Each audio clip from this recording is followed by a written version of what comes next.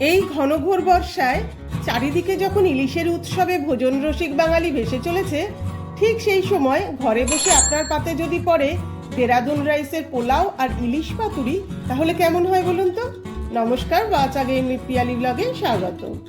তার জন্য ঝট করে শিলনোড়ায় নিয়ে নিন সর্ষে, পোস্ত, সাদা তিল, কাঁচা লঙ্কা ও লবণ। বেশ করে বেটে রাখুন। কলা পাতা একটু সেঁকে নিন যাতে না ফেটে যায়। বাটনার মধ্যে সামান্য সর্ষের তেল মিশিয়ে আগে থেকে লবণ মাখানো মাছে সুন্দর করে মাখিয়ে নিন। ওপর থেকে 1 চামচ সর্ষের তেল ও একটা কাঁচা লঙ্কা দিয়ে কলা পাতার মধ্যে সুন্দর করে দুপাশ থেকে মুড়ে প্যাকিং করে ফেলুন। ফ্রাইং প্যান বা চাটুতে একটু তেল দিয়ে এপিট ওপিট করে হালকা আঁচে ভেজে নিন।